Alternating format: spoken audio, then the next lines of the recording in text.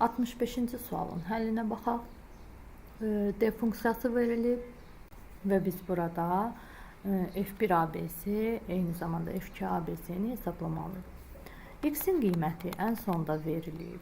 X bərabərdir F1, 3, 1 və 3.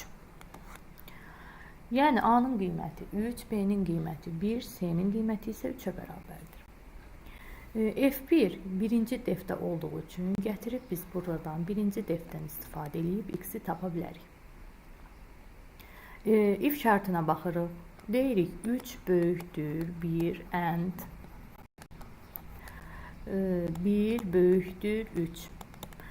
Baxırıq görürük ki, and şərtində qayda belə idi ki, hər iki şərt doğru olduqda şərt ödənir. Ona görə də əgər hər iki şərt doğru olsa, if şərtinin daxilində verilən əməliyyat icra olunacaq. Amma bizdə şərt ödənmədiyi üçün biz avtomatik olaraq keçirik else şərtini yoxlamağa. Else şərtində A üstəgəlsin 2B verilib. Yəni bizdə x bərabər olacaq A üstəgəlsin 2B-yə. A-nın qiyməti 3, 2 vurulsun B-nin qiyməti 1 olduğu üçün x-i biz tapırıq 5. X-i 5 tapdıqdan sonra düşürük ən aşağıya. Y bərabərdir F2, 1, 2 və x-dən. Gətirib x-in yerinə 5 qiymətini qoyuruq. 1, 2 və 5. X-in yerinə 5 qiymətini qoyduqdan sonra Y-i tapmaq üçün ikinci defə müraciət edirik. Və ikinci defdə qeyd olunur ki, A bərabərdir B üstəgəlsin C-yə. Yəni 2 üstəgəlinsin 5 bərabərdir 7-yə. B bərabərdir A çıxılsın 2 vur B-yə.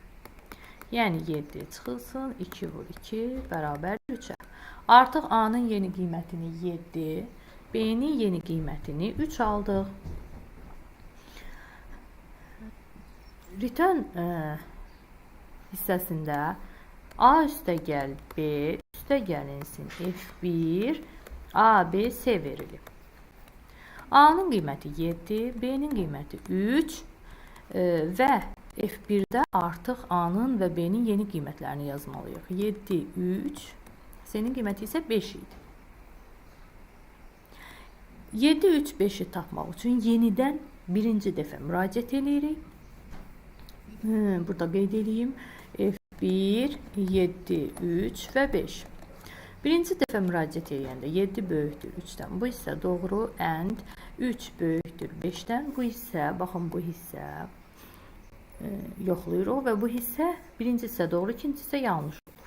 Birinci hissə doğru, ikinci hissə yanlış olduğu üçün avtomatik yine else keçirik. Else keçəndə F1, 7, 3 və 5 bərabərdir. A üstə gəlinsin 2 vur B-yə. Yəni 7 üstə gəlinsin 2 vur 3. Bu da bərabərdir 13-ə. Artıq F1, 7, 3, 5-in qiymətini aldıq 13. Gətirib yerinə yazsaq, 7 üstə gəl, 3 üstə gəl, 13 bərabərdir 23. Doğru cavab B variantı almış oluruq.